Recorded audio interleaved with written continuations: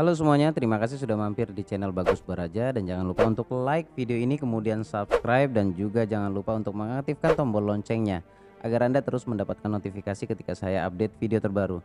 Dan jangan lupa juga untuk follow akun Instagram Bagus Baraja @bagus_baraja. Dan saya ingin mengajak teman-teman bagi yang ingin belajar tentang Law of Attraction atau hukum tarik menarik yang berbasis online bersama saya Bagus Baraja. Dan materi yang bisa didapat adalah penjelasan tentang pemahaman loa, kemudian penjelasan pemahaman tentang mental block berikut dengan solusinya, dan pemahaman tentang magnet uang, magnet cinta, berikut juga memahami tentang luka batin berikut dengan solusinya. Bahkan ada kuantum syukur juga yang bisa Anda pelajari, dan bisa juga konsultasi bersama saya melalui WA. Bahkan ada audio terapi yang bisa Anda dengarkan yang bisa bermanfaat untuk keseharian Anda. Anda bisa mendaftar atau bisa menghubungi langsung ke nomor WA 0858 499 06027. Langsung hubungi nomor tersebut dan gali informasi apa saja yang Anda dapat ketika Anda mengikuti seminar online bersama saya Bagus Baraja. Terima kasih. Assalamualaikum warahmatullahi wabarakatuh. Balik lagi bersama saya di sini Bagus Baraja di channel Bagus Baraja. Video kali ini saya ingin ngobrol saja sih sama teman-teman ini. Penonton saya dimanapun Anda berada, semoga dalam keadaan sehat walafiat dan terus diberikan keberlimpahan bahagia dan syukur tanpa batas, tanpa syarat. Di video kali ini saya ingin ngobrol, tapi ngobrolnya ngobrol berbobot yang bisa open mindset, membuka jalan pikir Anda. Banyak sekali pertanyaan yang dilemparkan kepada saya, yang ditanyakan kepada saya, baik dari peserta ataupun orang yang belum menjadi peserta di seminar online saya ataupun offline saya. Pertanyaannya klasik, ketika kita berbicara tentang law of attraction atau hukum tarik menarik, kita dipaksa, kita diwajibkan, kita diwajibkan untuk membenahi hati. Nah, untuk membenahi yang ada di bagian dalam yang sering kita sebut dengan PBS lah ya, pikiran bawah sadar ataupun hati ataupun jiwa, itu salah satu caranya adalah dengan cara terapi. Dan khusus untuk peserta seminar online saya sudah berikan banyak audio terapi. Lalu masih banyak lagi pertanyaan yang dilemparkan juga kepada saya. Terapi itu apakah harus tiap hari, Mas? Lalu terapi itu waktu yang baik itu jam berapa, Mas? Kemudian terapi itu dilakukan dalam kondisi berbaring atau kondisi duduk, Mas? Lalu kenapa terapi itu harus dilakukan setiap hari dan lain-lain banyak sekali yang berhubungan dengan terapi. Saya berikan pemahaman agar lebih luas cara berpikirnya ya. Yang dimaksud terapi adalah yaitu metode atau cara bagaimana kita bisa membersihkan kotoran-kotoran yang ada di dalam. Kotoran yang saya maksud adalah kebencian, dendam, ya yang berhubungan dengan luka batin, yang berhubungan dengan mental block, yang berhubungan dengan kejiwaan kita yang kadang-kadang tidak stabil ya, kadang marah nggak jelas, kemudian kadang-kadang ya karena mungkin ngomongin orang dan lain-lainnya ya. Banyak faktor ketika berbicara tentang kotor atau sampah yang ada dalam hati kita. Lalu tadi yang menjadi pertanyaan adalah terapinya kapan? Jam berapa, Mas Bagus? Lalu dalam kondisi seperti apa? Ya, seperti yang saya jelaskan tadi bahwa ketika bicara tentang hukum tarik menarik, law of attraction, kita tidak akan lepas dari terapi itu sendiri. Dan tadi saya juga udah memberikan gambaran bahwa sebenarnya terapi itu tidak lebih hanya sekedar metode. Jadi yang ada di pikiran teman-teman, baik yang sudah menjadi peserta ataupun yang belum ya, ketika menyebutkan kata terapi, itu langsung diartikan relaksasi. Padahal mestinya terapi itu tidak hanya, walaupun terapi itu juga relaksasi, tapi terapi itu tidak mesti selalu harus relaksasi. Gini deh, mau meditasi kayak, mau terapi kayak, mau zikir, mau relaksasi atau menenangkan diri dan lain-lain, itu sebenarnya semuanya terapi. Semuanya terapi. Jadi kalau pertanyaannya jam berapa, Mas Bagus baiknya untuk melakukan terapi itu sendiri? Gini, yang harus difahami adalah dunia pikirannya dulu. Itu kenapa teman-teman yang masuk atau bergabung ke dalam seminar online saya selalu memberikan pemahaman bahwa terapi itu bisa Anda lakukan sendiri. Dan harus tahu dulu terapi itu apa, lalu bagaimana cara terapi, lalu manfaat terapi apa. Jadi ketika masuk ke dalam kelas saya berikan penjelasan secara detail banget tentang terapi itu sendiri. Jadi dimulai dari memahami dulu dunia pikiran. Setiap manusia itu kan pikirannya terdiri dari dua pikiran maksud saya. Yang pertama adalah pikiran sadar dan pikiran bawah sadar. Itu saya jelaskan gamblang. Bahkan di video saya di YouTube juga ada penjelasannya. Lalu di antara keduanya itu ada critical factor. Ketika memahami dunia pikiran, kalian bisa langsung menyimpulkan gitu. Bisa langsung mengambil kesimpulan bahwa oh maksudnya waktu-waktu tertentu. Kenapa harus kebanyakan para praktisi atau hipnoterapis itu menyarankan itu menjelang tidur atau bangun tidur. Jadi yang harus difahami ini belum pernah saya jelaskan ini ya. Yang harus difahami adalah ketika kita terapi itu tujuannya adalah agar sugesti yang kita buat sendiri atau ketika via terapis ya melalui seorang hipnoterapis, tujuannya adalah agar sugesti itu masuk ke dalam bawah sadar. Ya. Lalu saya hubungkan kenapa dalam keyakinan muslim itu sepertiga malam itu menjadi waktu yang sangat mustajab ketika kita berdoa. Apakah itu benar-benar banget? Setuju banget saya. Prosentasenya 1000% mungkin saya setuju. Tapi kita juga harus tahu alasannya. Kenapa sih kok sepertiga malam menjadi istimewa? Menurut kacamata saya pribadi, atau mungkin ada beberapa praktisi yang berpendapat yang sama seperti saya, di jam-jam segitu pikiran manusia itu lelah memikirkan hal-hal yang berat.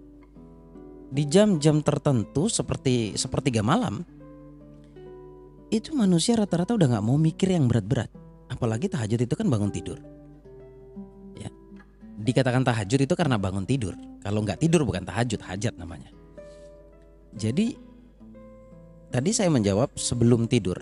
Sebelum tidur pun termasuk kategori bahwa pikiran manusia itu lelah sudah. Coba perhatikan ketika Anda mau tidur atau Anda ingin beristirahat jam 8 atau jam 9 malam atau bahkan jam 11 jam 12 malam yang biasa ngembun, itu sudah malas untuk memikirkan yang berat-berat. Hutang udahlah urusan besok kan. Galau karena cewek juga pada akhirnya juga akan tidur tetap. Ya, galau karena pasangannya, karena cowoknya, pada akhirnya juga akan tidur. Itu loh. Pas menjelang tidur itu direkomendasikan.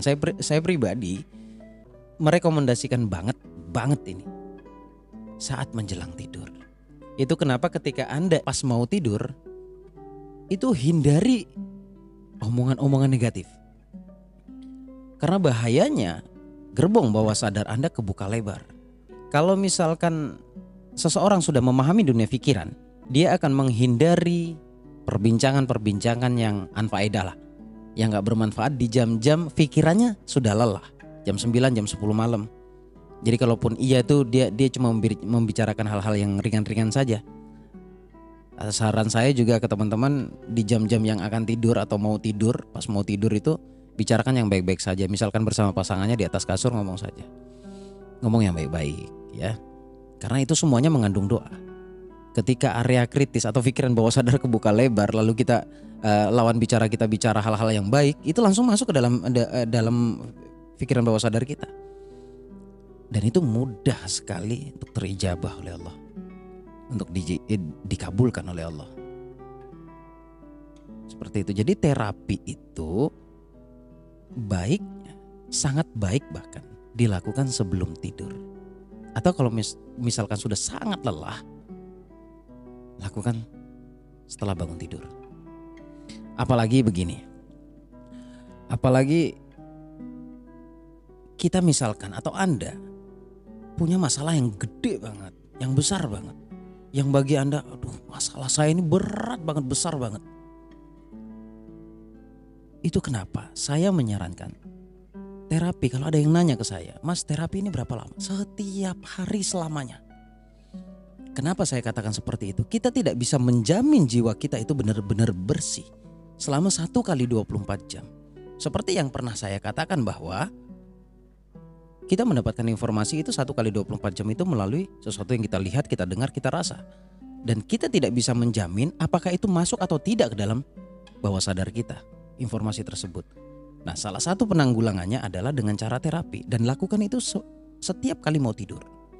Apalagi Anda misalkan punya masalah yang besar.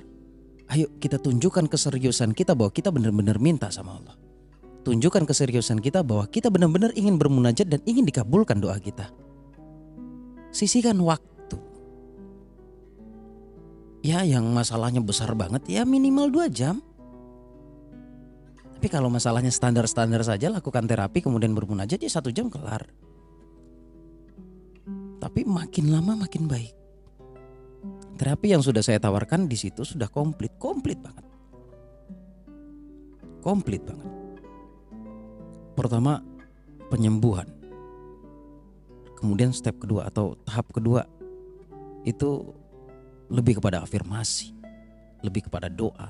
Apa saja yang ingin Anda minta sama Allah, di situ diterapkan. Dan audio terapi itu tidak saya upload di YouTube.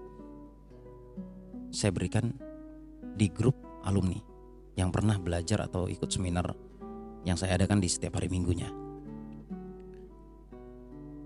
Jadi poin pertama adalah terapi itu dilakukan jam berapa, yaitu menjelang tidur bebas.